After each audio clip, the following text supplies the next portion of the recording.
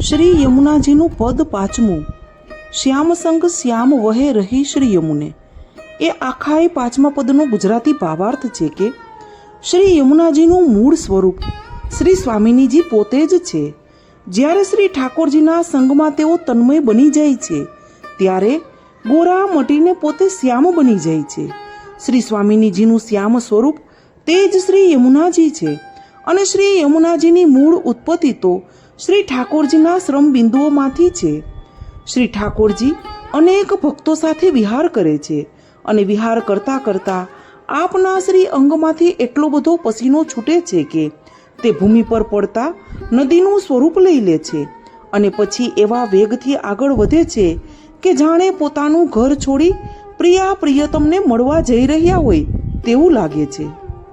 શ્રી ગોવિંદ સ્વામી કહે છે કે મારા નેત્રોમાંથી શ્રી યમુનાજીની સુંદરતાનું હું દર્શન કરું છું ત્યારે કરોડો કામદેવની સુંદરતા મને તુચ્છ લાગે છે. જ્યારે શ્રી ઠાકોરજી સાથે શ્રી યમુનાજી વિહાર કરે છે ત્યારે એમના દર્શન કરી શ્રી ગોવિંદ સ્વામીના હરખનો કોઈ પાર નથી. તે વખતે પ્રિયતમના પ્રથમ મેળાપના આનંદ અને ઉત્સાહના દર્શન તેમને થઈ રહ્યા છે.